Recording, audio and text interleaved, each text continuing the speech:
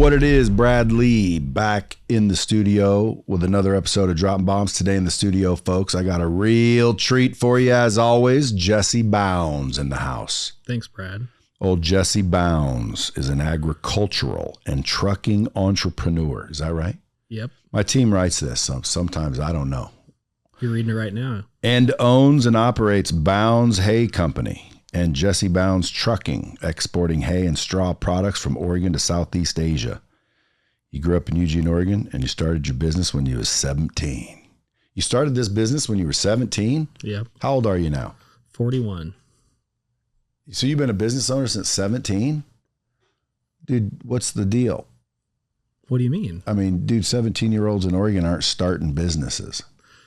Was it your dad's? There's got to be something to it. No, my dad did construction. So you just said, hey, I'm going to start a trucking company. Yeah, we started out by baling hay, like little fields, like 3-5 As a service? Fields. Yep.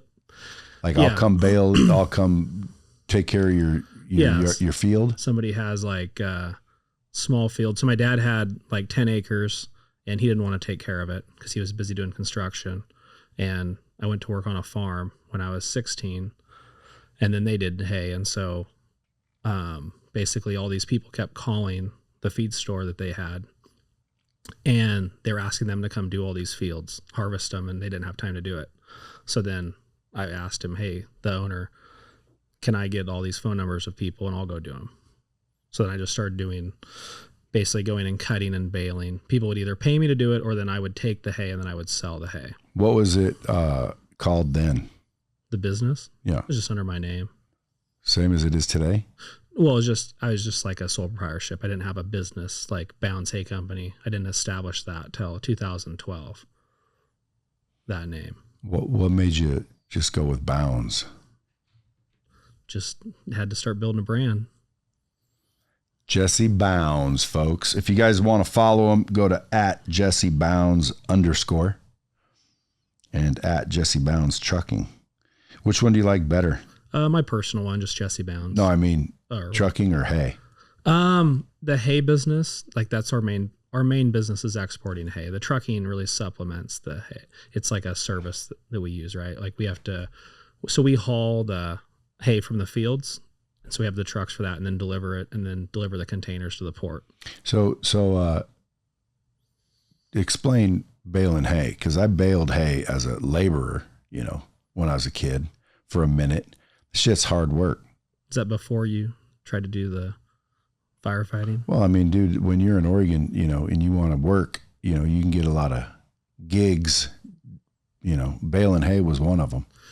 Yeah. So we started like that. But when I say baling hay, I didn't bale the hay. I walked up, the hay was already baled. I threw it on the truck. Yep. That's how we started, with the same way most people grew up, whether they were picking up the bales. I started by using a small little baler, and we would go out and cut these fields and bale them and then do the same thing you did, is we'd pick them up by hand and put them in a truck and take them to a horse barn or feed Are you store. way past that now? Yeah. Yeah. So now you got all the machines and the equipment. All the fancy stuff. Bought over the years. Yeah. Yeah. Well, dude, I didn't know you were a long-time entrepreneur. Yeah. I'll be damned. Yep. I'll be dipped. So what kind of revenues are you doing now? We're doing about 15 million a year. We got up to around 30 in 22, and then the market's really fallen off since then. Why do you think that? Most of the demand after COVID, the export market really took a hit. A lot of the hay was going to China for dairies, and after COVID, they basically started just cutting back, killing cows, and so the market's falling off. Exchange rate is a big part of what we do because we sell into Asia, so other countries. Why not here? Nobody wants it here? No, there's a big domestic market, but the majority of what we do is grass seed straw. So the Willamette Valley is known to be the grass seed capital of the world, and so we bale the residual, like what's left over after they combine. And when that only really gets exported, there's not a big domestic market in Oregon for it. So it's got to go out of state. So if there's people listening which a lot of entrepreneurs listen to the show.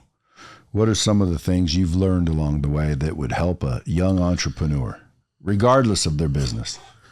The biggest thing was building the foundation of the business, which I didn't do. So basically we tried to scale. We did scale and went from 12 to 24 million in revenue in 1 year. So basically we're doing like $1 million a month and then went to 2 million. How'd you do it though? We put in a new hay press. So that's what compresses the bales.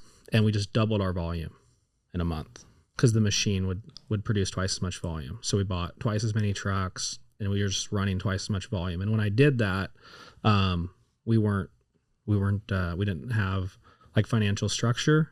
And so we didn't know how much money we were really making. I was just chasing revenue. And, then in 6 months, basically, I realized we were losing like $250,000 a month. And that From was what? Product cost mostly. And just, we weren't efficient. Too many people, like way too much labor.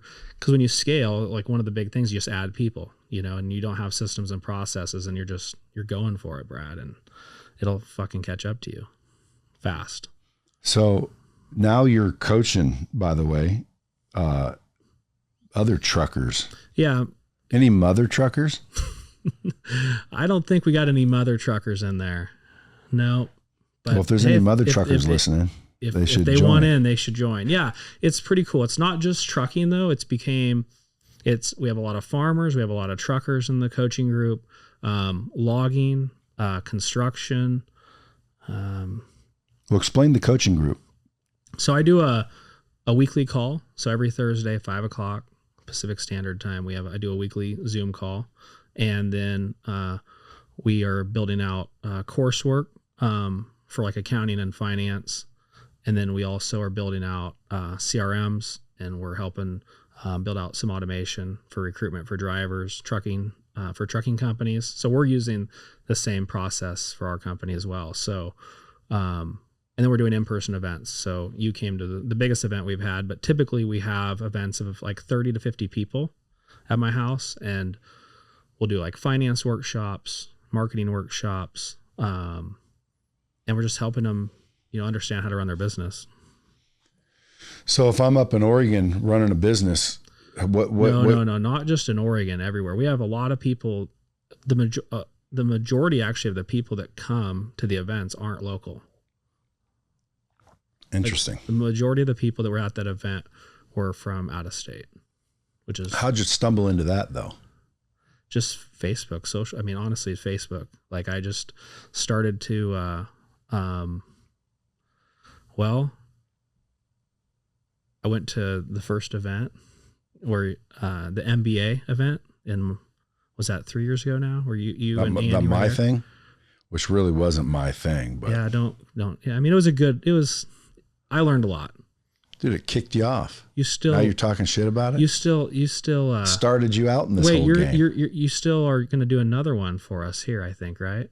What do you mean? Another MBA, another one of those events. Not an MBA. But you're doing an event, right? I mean, I do events here and there. But I mean, again, that whole MBA thing was a guy called me and said, "Hey dude, been following you a long time. Love what you do. I'll put on an event. I'll pay for everything. You just partner with me and say it's yours so people will come, and it'll be awesome. And we'll teach them how to grow and scale their business." And I'm like, cool. Well, what's your budget? Cause like, I don't do stupid, cheap shit. And he said, "No, dude, I know your brand. Shit, we're going to make it high end and all this and all that." And so I just trusted him. And then I showed up and it was at the airport Holiday Inn. You remember I was there when you and Andy got there. And I remember you were like, "This place is a fucking shithole." And yeah, I almost left, but because everybody came basically for me, I stayed. And it actually wasn't a bad deal. There was good speakers there. I learned a lot. I got the speakers. That was a good lineup. Remember DJ White Shadow? Yeah, he was awesome. He was good. Yeah, no, everybody there was, Lois was really good. Like all the speakers were good. So I learned a lot there. But what caused you to want to start a coaching from there? Actually it was, I bought Lightspeed originally to build SOPs and online training for my hay and trucking company. And then I was at the event, one of Andy's events, and we were Andy Elliott. Elliott's, yeah. And you had asked me, well, what courses are you going to sell? And I was like, what the fuck are you talking about? People sell courses. And then I did a private coaching session with Andy at his house. And then Andy wrote out the plan. He's like, hey, you need to start a coaching group or a program. And so he brought a notebook and he wrote out a meal plan on one side and like I think he called it like an agricultural mastermind, like 1995. He's like, we'll sell the shit out of this. And I was like, I don't know if this will really work. And then Sean Crane, I hired him to do one-on-one coaching. And then Sean was like, hey, let's do an event. And I was like, I don't really know. And we did it last year. Well, it's going to be almost a year, October? Middle of October.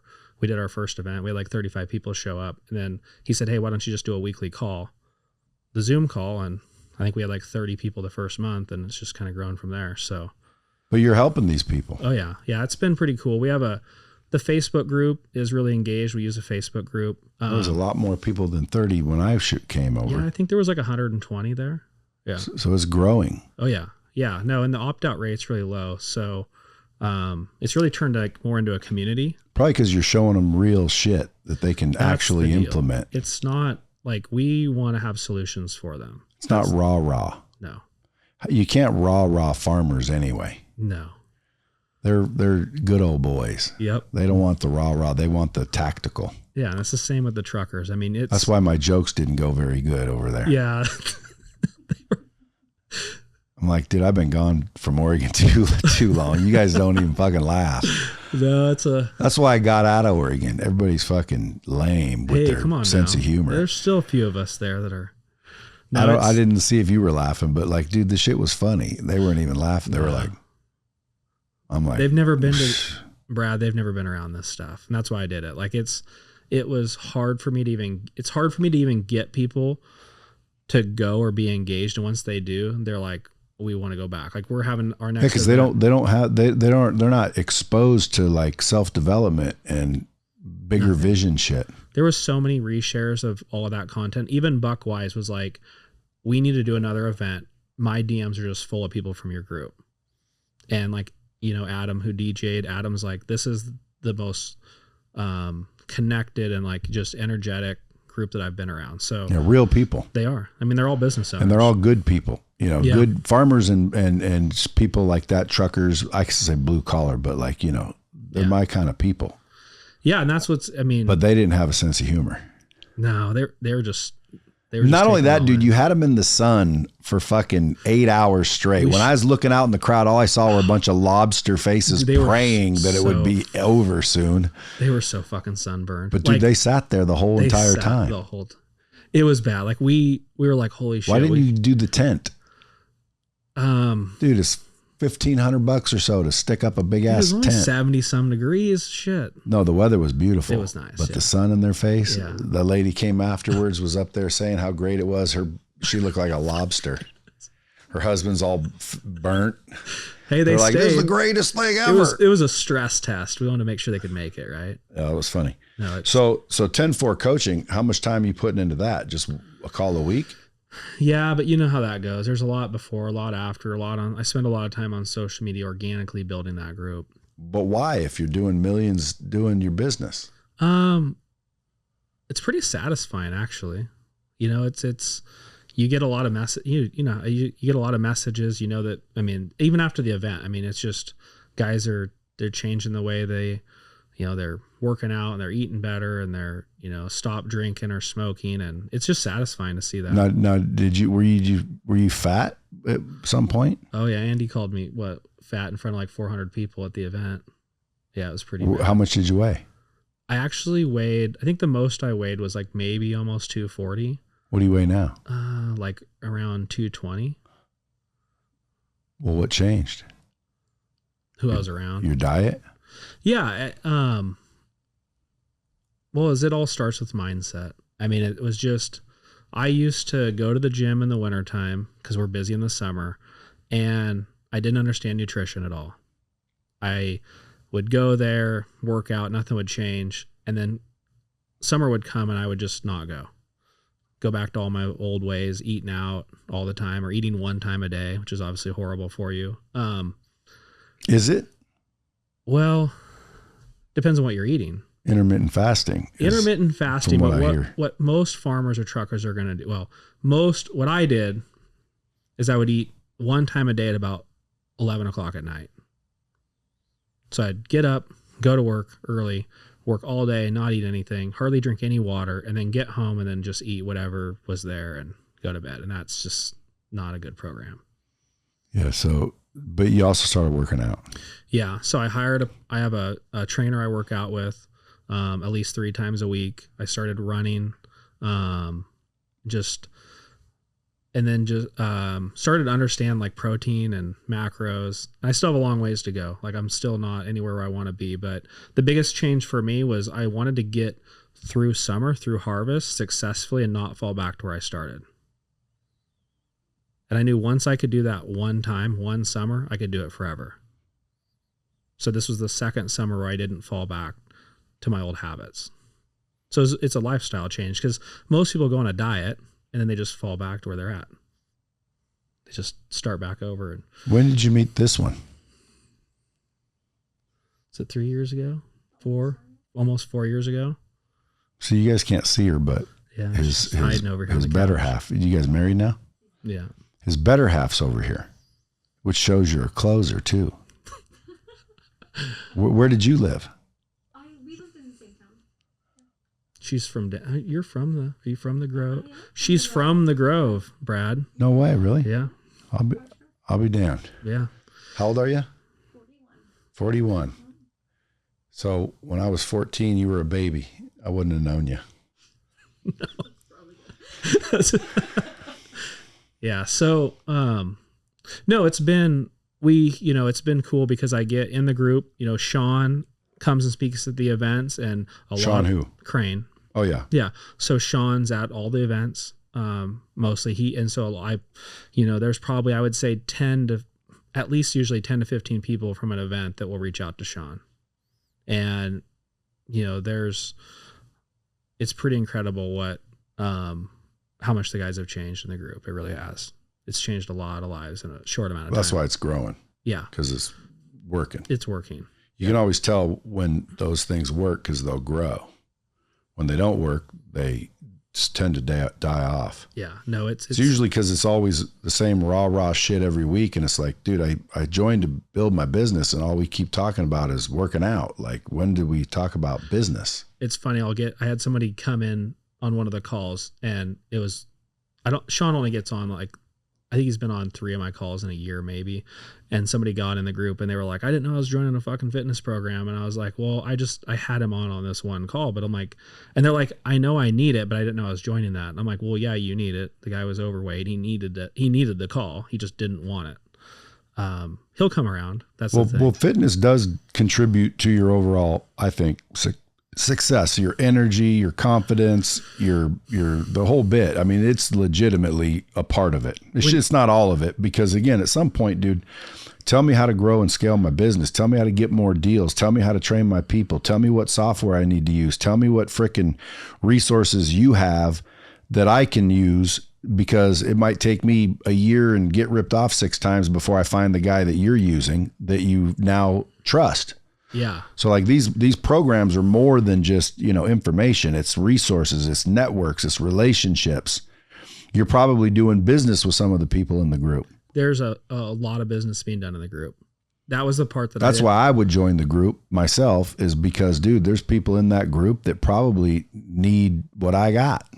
Yeah. I mean, just even like there was hay farmers and truckers and then they start communicating and, none of them uses social media. None of them.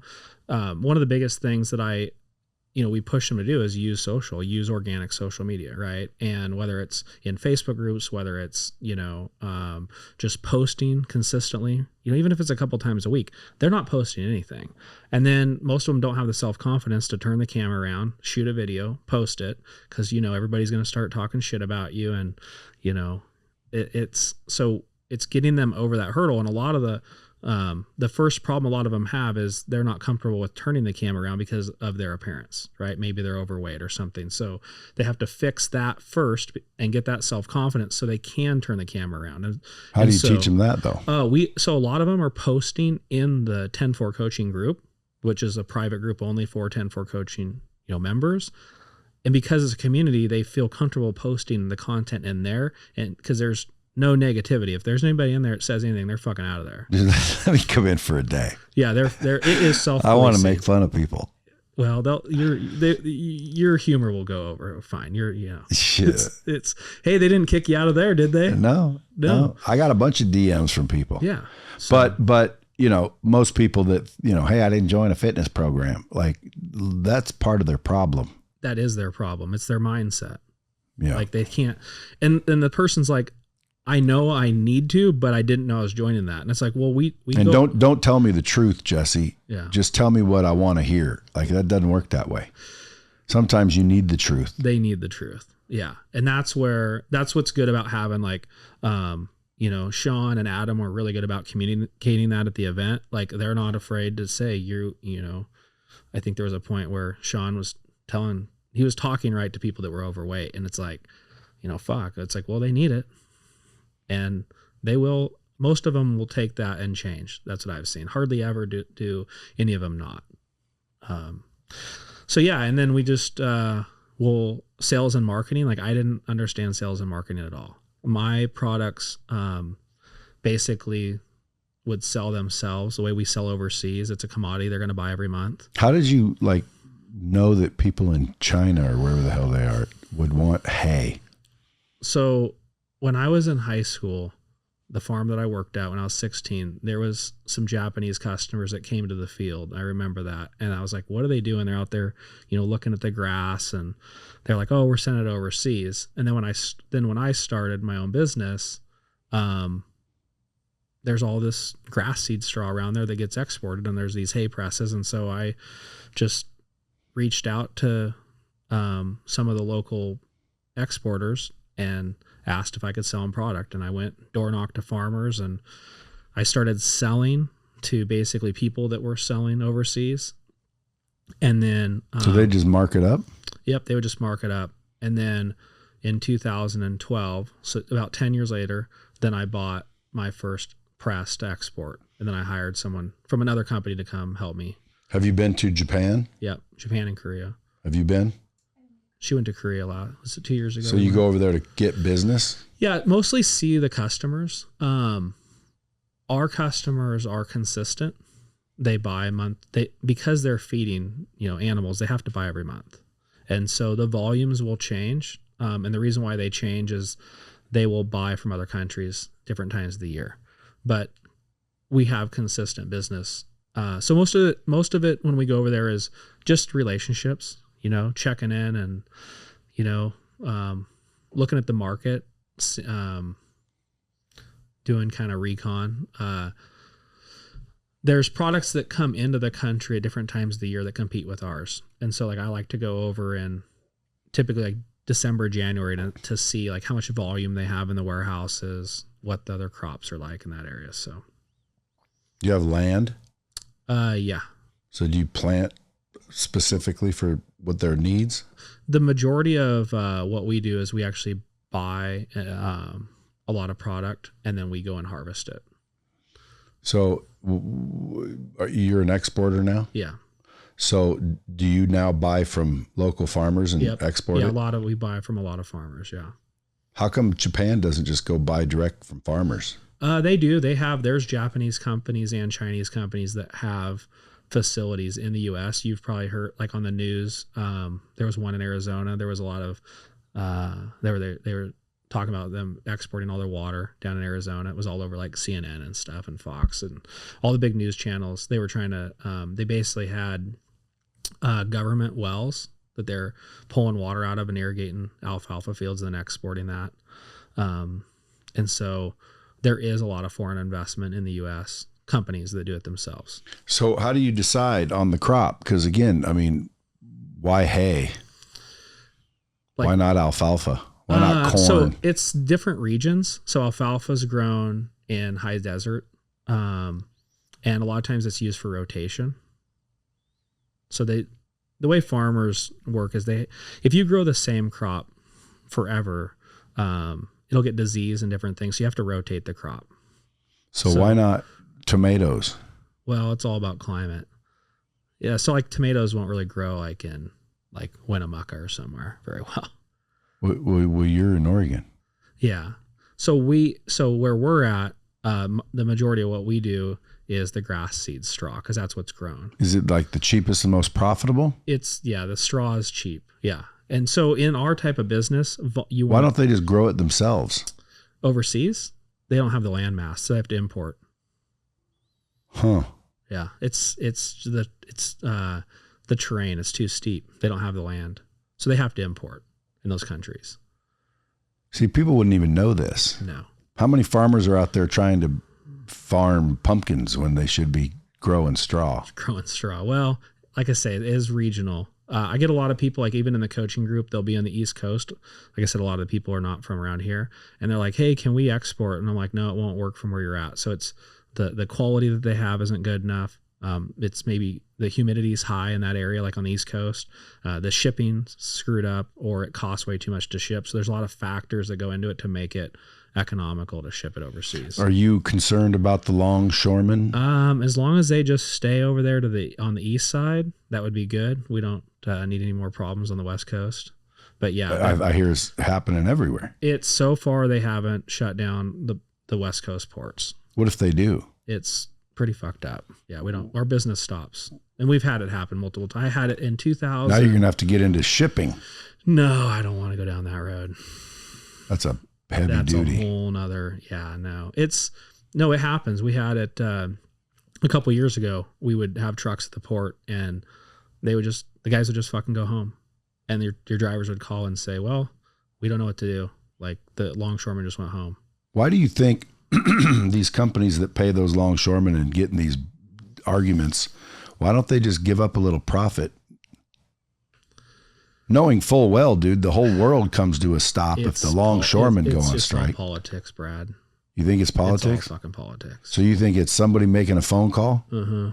Are they trying to hurt the current government? I don't know if it's mostly I would say, well, typically with the unions, it's always over a negotiation of price, right? They want more money. They want their wages increased. And I know, but if the companies are making billions of dollars, give them a little more. I know. And the shipping lines, like what kills us is, I would say inflation's drove more from shipping rates than it is anything else. Like it's a direct, like the minute shipping rates go up, it's hitting your pocketbook immediately. Well, in COVID, shipping rates were skyrocketing. Skyrocketing. What happened? High inflation. Everybody talks so much about exchange rates, which is important, but shipping rates are direct, immediately. When anything happens with logistics, you're going to get a price increase. So if I'm buying hay from you for, let's say, 10 grand a container, how much is a container of hay? Or grass seed straw. So we sell orders of 5, and typically an order can range from 25,000 to 50,000 for 5 containers. That big of a difference? Yeah, depending on the product. So if I'm ordering $50,000 worth, and someone calls you and says, "Hey, it's $900 more to ship that," you just make it 50,900? No. So the way our industry works is we try to pass it on, but sometimes the customers will cancel the orders. So you just got to eat it. Eat it. We eat a lot of shit. That's why it's called hay. Don't cut that. Sounds like why. But that's why it's called hay. That's why, because it makes shit. Because you're like, you eat that and you're like, hey. No,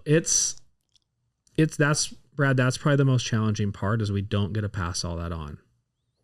So we buy our product basically one time a year, and then we're selling it into a market that we can't hedge anything. Like dairies, for example, they can lock in commodities, so they can hedge their corn. They can pre-buy to try to keep their cost of goods down. We don't have that ability. Like if I could. So why pick that one? Why did I pick what? Like. So why hay? Why not? It's all I knew. Well, when you gonna expand? Well, I did in the coaching group. I pivoted a little bit. But education locally is far stretched from importing hay or exporting. Yeah, I mean, I'm hoping there's a time where I can. Why don't you go over there and import something? Yeah, I could. You know, I told a buddy of mine once, I'm going to go to China and find some shit that's over there that's not here and just import it and sell it. And I never did it. He went over there and he found these pivot doors for, you know, like homes, big ass, kick ass looking pivot doors.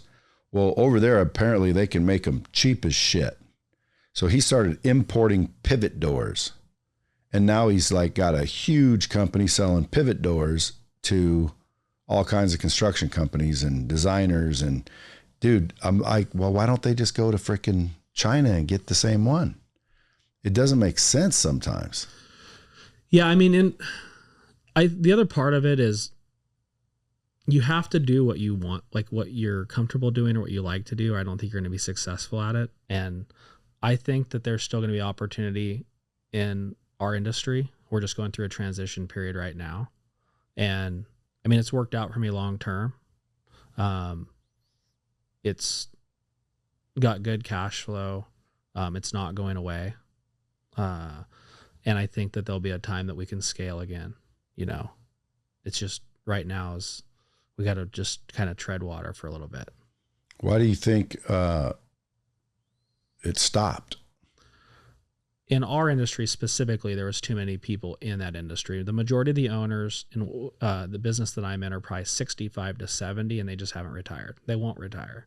Farmers and truckers are great at working until they die, and they need to retire. There needs to be consolidation in my industry, and then we'll be able to scale or restructure. What do you think is going to happen to the trucking industry with driverless trucks? That's they've been working on it for a while. I mean, it's going to happen. It's the same in agriculture where they're, you know, John Deere and all these big companies. I mean, they have autonomous, you know, tractors and different things. And do you have any yet? No, not yet.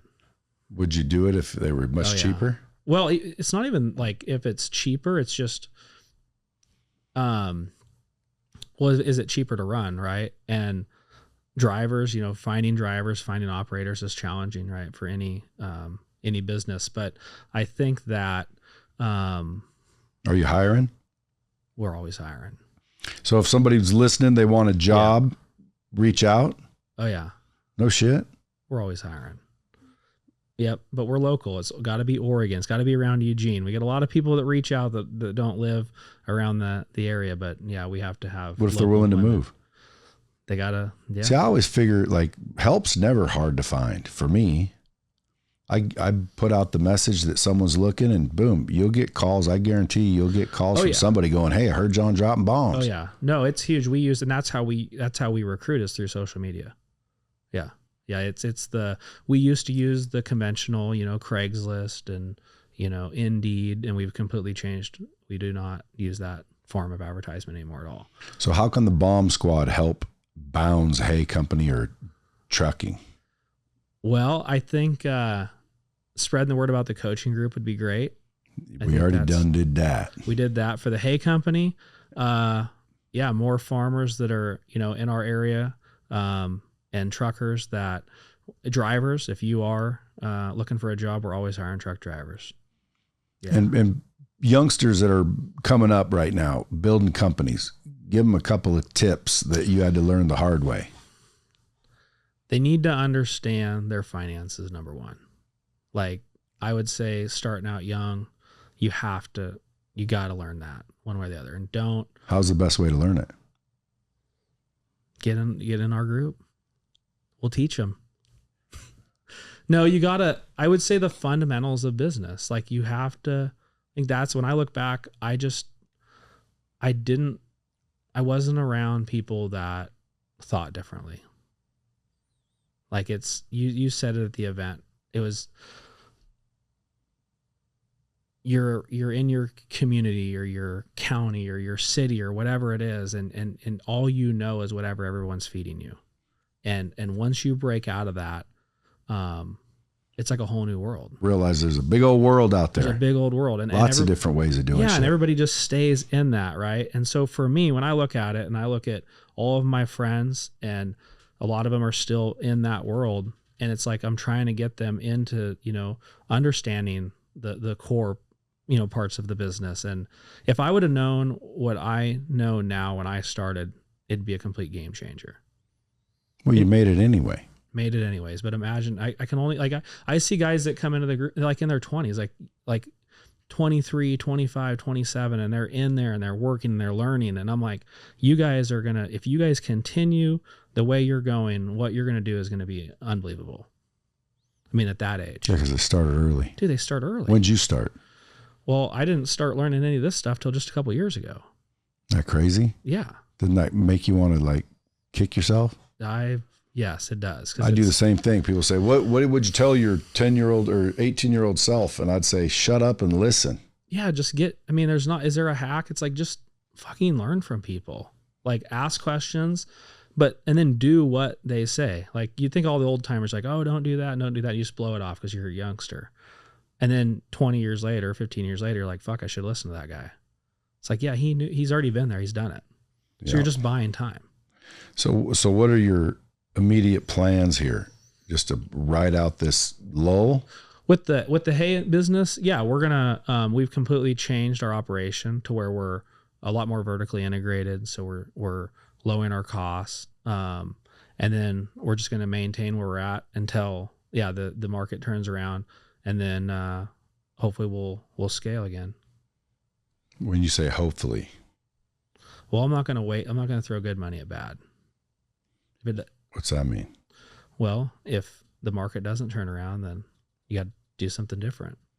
But they're not going to stop producing cattle. No. And is that what you feed? Yeah, exactly. Yep. Cattle. Yeah. Dairy cattle and beef cattle. That's what we feed. I wonder why I don't just raise cattle here. She wants to have a lot of animals. She would love to have a zoo, like donkeys and shit and cows. Why? She loves animals. Why don't you get her some? She's got some cows. Now she wants some more. We like to travel though. And you ever heard of ranch hands? We've got. I'm so glad this is on video. Oh yeah. Just to remind you. Yeah. Are you one of those limited fellows? Limited fellows? Yeah. Where like you come up with all kinds of reasons why she can't get what she wants. I guess I am. Like a donkey. Get her a fucking donkey. What do you want a donkey for? She wants. Well, then she goes through this. Wait, don't get me anything that's alive. So she goes back and forth about what she wants. What's your concept on, because you guys only been together for three years? Yeah. So when you met her, was she high maintenance? No. She wasn't high maintenance. No. Why don't you just get your own donkey now? You don't have to ask permission anymore, do you? I'm a nice lady. She's went through. Here's the deal. She's like, do I want a donkey? Do I want a horse? You went back and forth. Why a donkey?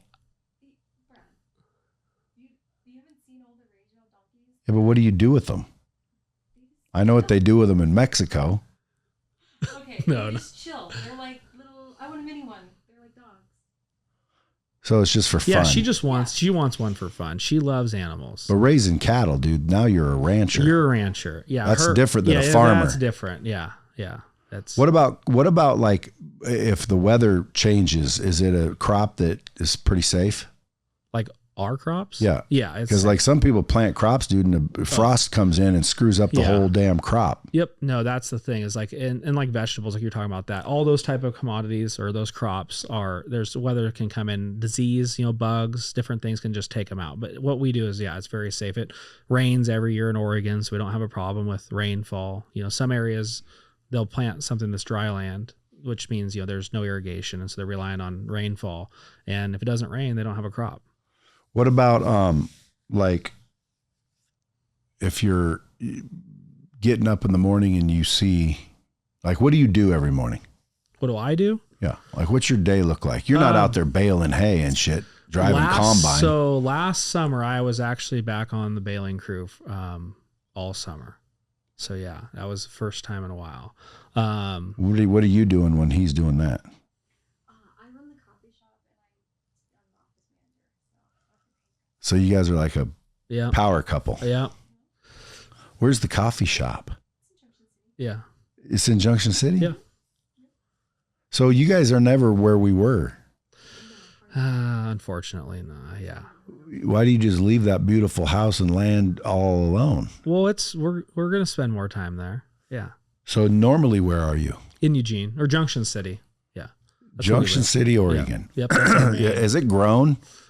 They've added some houses, but it's not crazy. It's, ever since the RV industry went down, it's kind of struggled, right? I mean, the RV dealerships, the manufacturers, they were, that was. So what's the coffee shop called? Bounds Coffee. See, everything's Bounds. Yeah. It's bounds to be that way. Yeah. Is your family proud that you're using Bounds? I don't know. I don't really, they weren't, I just kind of did my own thing. Are you guys busy at the coffee shop? Yeah. How do you, why don't you grow and scale that? Turn it into like a freaking franchise? Definitely could. Yeah. It's been it's like any business. It's definitely had its learning curves. It's been, we didn't have any, Brad, the first day we opened, we didn't even know how to make drinks. It was a fucking disaster. You didn't have any drinks? Dude, we didn't even know how to make coffee. We had someone that was going to help us open it. They had worked there and they had quit right before opening. And we had already picked an opening date. And we went down there. Was it a Saturday morning or something? Yeah, it was Saturday morning. We literally did not know how to make the fucking drinks. I made a big post, lines of cars at like 5 or 6 in the morning, and we didn't know how to make drinks. What'd you do? We figured it out. And I was just like, hey, just hold on. Like, it was a disaster. Looking back, I'm like, there's no one's going to come back. But is it hard to find help to serve coffee, like baristas? No. We use a lot of high school students, which the competitors, the big brands don't really hire a lot of, right? They don't hire a lot of the high school students. So, do you have cups that say like Bounds Coffee Company? Yeah. You building a brand with it? Yes. Yeah. Yep. And that's I didn't know you had a coffee company too. Yeah. What else you got? I think that's pretty much it. Yeah, that's it. Coffee, trucking, and hay. Yeah. And the coaching group. And the coaching group. Yeah. It sounds like you're more excited about the coaching group than anything. It's it is fulfilling. It really is. Because you're helping I think because for so many years I was looking for help and I was like, where do you go? Who do you call to get answers? Like, I had a friend of mine, they're from Eugene. They probably have $150 to $200 million a year business. And I would call their dad. I would call my friend's dad. And I'd ask him questions like once every 4 months, typically when I was really in trouble. Like, I had a fire in 2016, the facility burned. And my banker and my insurance agent, my insurance agent, his dad was my banker, and all the collateral burned up and I was underinsured. Damn. And so shit got real fast. And so I called my friend's dad and I'm like, the bank is all over me. I don't know what to do. And so he gave me some advice. And so after that, I would reach out to him like once every couple months, typically when I was really in a bad place. And I thought, he would always answer, but I'm like, I don't want to keep picking this guy's brain for free advice. And so every time I'd come up to a problem, I'm like, who do I call? Who do I reach out to? And when I went through all of these challenges, and I started getting around different people and going to events and getting all this information, I realized that other people needed the same information. And that's what I think is, I know that we can help them and I know we have a place for them to go. This says you started a marketing campaign to help truckers find employees. Yeah. So if there's people that want to get into the trucking business, where would they call? Who would they call? You? Yeah, they can go to 10-4 coaching, and they can 10-4 like spelled out. Yeah. Yep. Tenfour. Yeah. And Why 10-4? Because you're a trucker? 10-4, it was good buddy? funny. The guy that built my first CRM, we were trying to figure out a name, and his dad had had one truck. He didn't know anything about trucking, and we're trying to come up with names. And he's like, dude, I think 10-4 coaching. And I'm like, fuck, that's a good one. Let's get that. And the domain there was no one had it. It was wide open. So I'm like, 10. And 10-4 means for truckers. copy, right? understood. Yeah, exactly. Yeah. That's great. That's a good one. Yeah. The old 10-4 coaching. Yeah. No, it just hit. So, so what we're doing is, we were struggling to find drivers. And so we built out, some automation, and we're, basically going out and, finding drivers and running them through automation and then dropping qualified leads for trucking companies. So we use it for our own company. So we figured it out a month ago. So we figured out that this was a really good way to find drivers. And shit, Brad, we had like 100 applicants in like a week. And so that's what I was going to say. Like you said it earlier, it's hard to find people. I'm like, shit, dude, finding people's the easy part. Well, it's so I was talking to one of your guys, but before this, we were talking about it. The first thing that I did was I had, like 3 years ago, I'd done a TikTok post. I had like 500,000 views, and it was for employment. And Michelle's like, hey, take this thing down, because all these people are reaching out to us, but they're not qualified leads. They live in Florida or different states, and we can't hire them. We need local people. And so I would use like organic social media and posting, like you're talking about. But then how do you make sure that those applicants are qualified? So what we're doing is we're running them through automation so that we're filtering all of those leads out and then dropping the qualified leads. How are you doing that? Through questions and automation. With what tool? Go high level. So like little surveys and shit? Yep. Yeah, it works great. But the thing about it with you could have used Lightspeed for that. I guess we'd have to talk about that more. It's just an interactive video. Like, hey, welcome to 10-4 coaching job application. First question: what state you live in? Well, I guess we need to. If they click anything but Oregon, you go, sorry, dude, we're looking for people in Oregon. Yeah.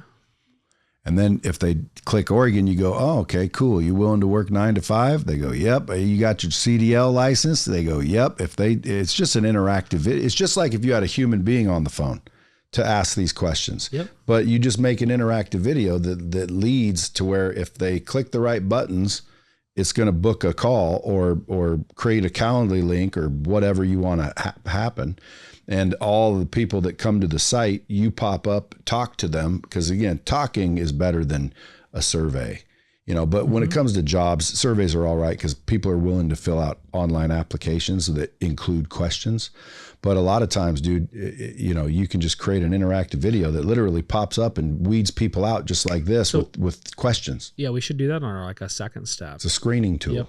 That would be helpful. Yeah. And then you could also create a little onboarding or orientation to do a secondary screening, believe it or not. So they come to the thing, they get a password, they go into your VT. It's all about, and by the way, I mean, like you could design it however you want, but just quickly thinking, they go to a website, interactive video pops up, ask questions. If they answer the right buttons, it lets them create a password. If they create a password, they get dropped in automatically to your VT. You pop up and say, hey, you've made through phase 1. Congratulations. Now go through this information or curriculum or whatever to make sure that you're fully aware and fully vetted and all that shit. You can even create integrated zaps to do background checks, personality profiles. Like, dude, we build applicant screening tools for companies using the Lightspeed system. But it's just at the end of the day, an interactive video. So all you need is a video camera and to know what to say. The system delivers it, tracks it, measures it, puts it in the right buckets. So when you log in, you're going to one bucket looking for qualified leads, and you can see all the other people. You can still do other things with them. Because what I did with the insurance is I did the same thing with my insurance company. And I had like 7,000 people going to get their insurance license in like a month. And people are like, dude, how are you doing it that fast? And it was just an interactive video that weeded out the people. Well, one of the questions was, do you have a felony? Because if you have a felony, it's hard to get an insurance license. So if they had a felony, I'd say, oh, no problem. We got something else for you. And I'd put them over in solar. Just moving them over. You just figure out what can you do with these people? Because you got them coming to say, hey, we don't need you. I need only local drivers. Well, dude, maybe you only need local drivers, but where are they coming from? Because if you have 91 in Florida, I'll bet you there's a trucking company in Florida that would like that those. Was what we realized once we started getting all these applicants. It's like, hey, we they don't work for us, but now we can start to push them to other people. Yeah, leads are always valuable. Yep. The question is, what do you do with them? Yeah, and you need to be able to organize them, right? So that you can, here's your qualified ones, and then here's the unqualified ones for you, but there could be qualified for somebody else. Yeah.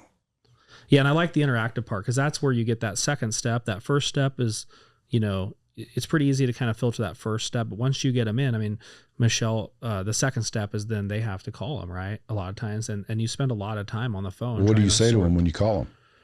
Just go over the application. I remind them you have to live within 30 miles of our port. The big thing is they have to be able to pass their background check for a trip card. So that's always my first question. Again, integrate that. We can run the background check with a click of a button. Yeah. What's funny is I can show you a tool where when someone puts their name, cell phone, and email in the funnel, if that's what you want to call it, that's all I need. Your name, your email, and your phone number.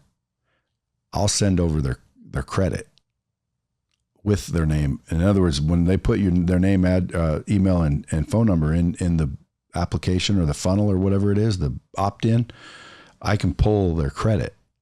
And so now you're getting not only my name, but you're getting my credit score. You're getting my available balance on my credit. It automatically checks to see if I'm approved for any pre-qualified loans. So now it says, hey, here's Bradley. He's got an 830 credit score. He's got $57,000 available on current credit cards. He's approved for $150,000 in zero interest financing.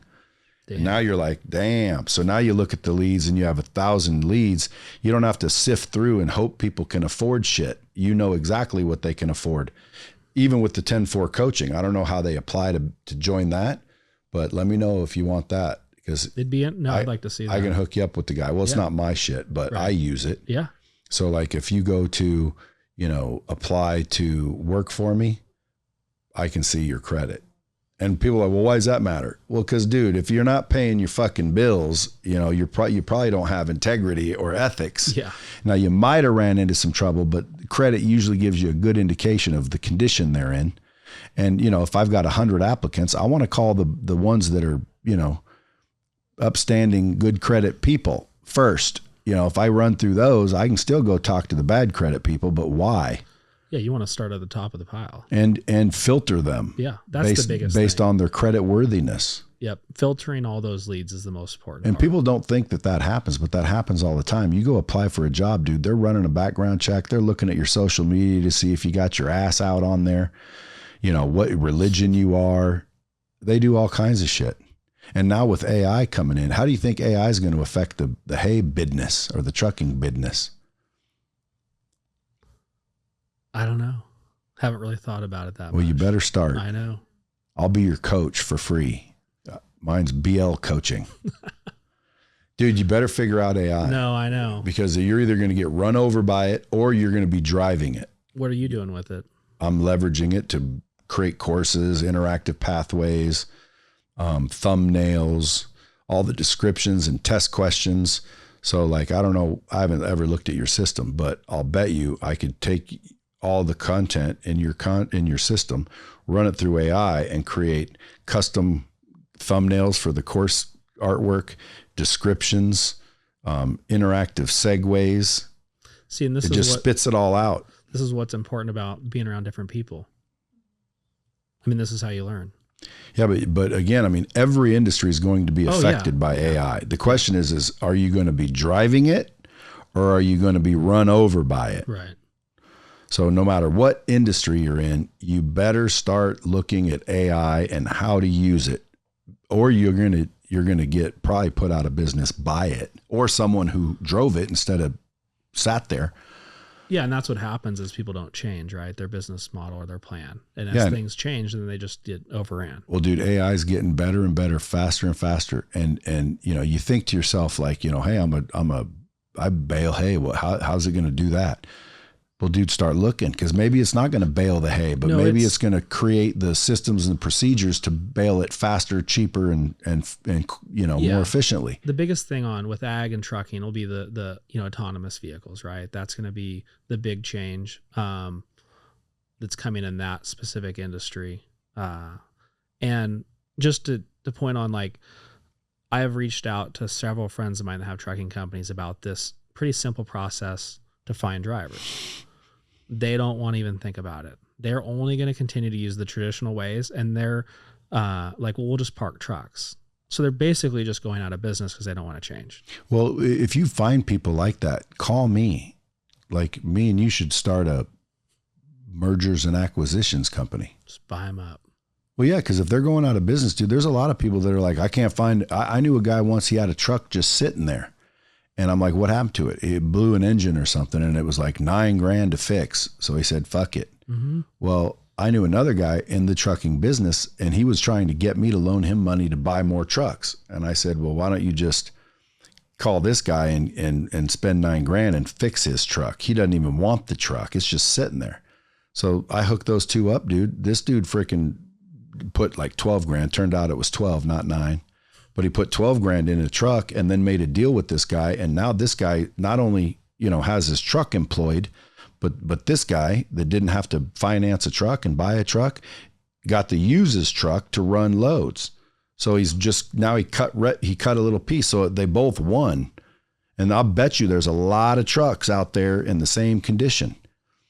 See, that's what I'm talking about. Like you're in an industry that has probably very little innovation over the years. There's zero. And the network that you're putting together is valuable, because again, if I came up with a trucking idea, for example, I could call you, and next thing you know, 80 truckers, you know, are in that little group.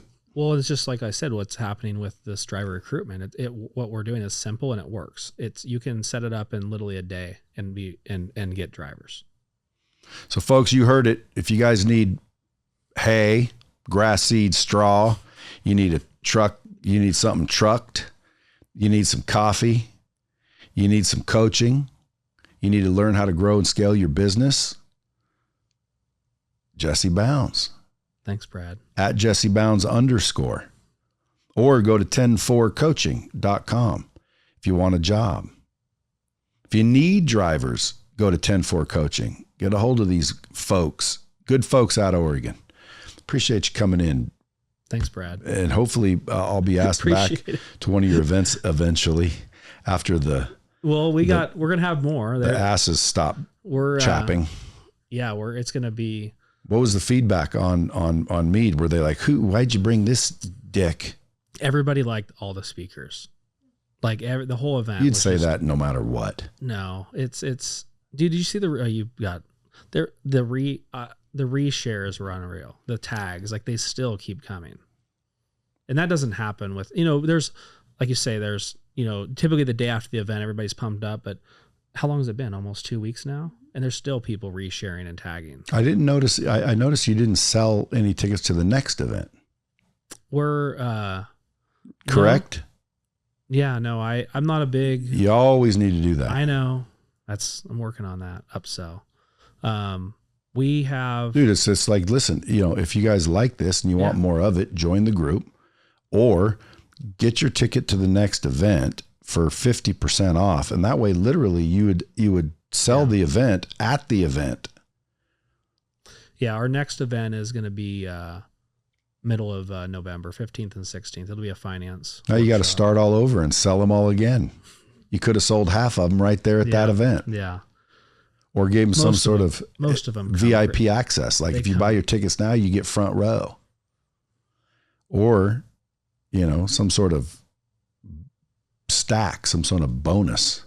Free coffee from Bounds Coffee Company. Oh, that was the thing. You went through like what, 5 pounds of coffee? She couldn't believe it. You didn't go through much protein drinks. That's what you were hammering, right? I know I got one cold one, and then she goes, sorry, the rest of them are room temperature. But dude, I mean, as you know, as you can see, I'm starting to get a little in shape myself. I got 50 G's to take from old Andy. And what's your timeline? I got 58 more days. 58 more days. You have a 6-pack? I'm getting there. I'll show you here in a second. Bomb Squad, reach out to this dude, follow this dude, let him know the Bomb Squad sent you. Appreciate you coming in. As always, till next time, keep it real.